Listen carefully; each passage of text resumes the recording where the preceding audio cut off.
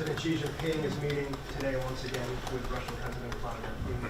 What sign does this tell you, number one? And number two, how do you stop China's influence with programs like the Thousand Talents Program and the Confucius Institute here in the United States on university campuses and at our labs, taking that information back to China to be used in the government and for military purposes? Great question. I'm going to start, and then I'm going to turn to Ashley too, because this is exactly what this committee would be looking at. But your first premise of your question, think about it. President Xi has only left China twice since the pandemic, and both times revolved around Putin, Russia. The other time was North Korea and Iran. That's a very, very concerning future. For those who study history, it seems a little like the 1930s and the axis of power of individuals creating. These are not democracies, but what are they fighting? They talk about a new world order. You look at Putin, who no longer respects the Russian constitution and the term limits of president. You watch President Xi change his constitution so he can serve another term. You've watched his advocates of taking Taiwan. You watch North Korea now. All that transpires because there's a vacuum of leadership around the world. And why did this begin? Well, the pivot, a couple different places.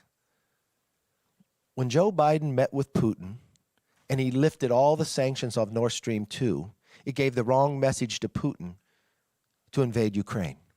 When President Biden didn't listen to our military and he pulled out without telling even our allies, and the Bagram prison broke free,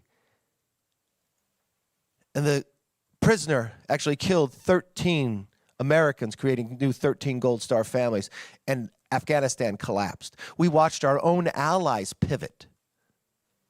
The new chancellor of Germany goes to meet with President Xi. Saudi Arabia believes they need a greater relationship now with China based upon America. Now we've watched, not only during Obama's time, bringing Russia back into the Middle East, now Biden has brought China into the Middle East, where now they're brokering a deal between Saudi Arabia and Iran.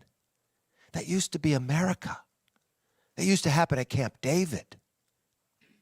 So the world scares me where it is. And why do they think they can do this? Because there became a void of leadership, of strength, of questioning the commitment of America, or they can trust us. And an underlying place of all that is the energy policy of America. It gave Russia an opportunity to open up. It gave them a bound together of why to strive. And so that's a real concern. That's one of the bases of where the whole premise of a select committee on China came was on the 75th anniversary of Normandy.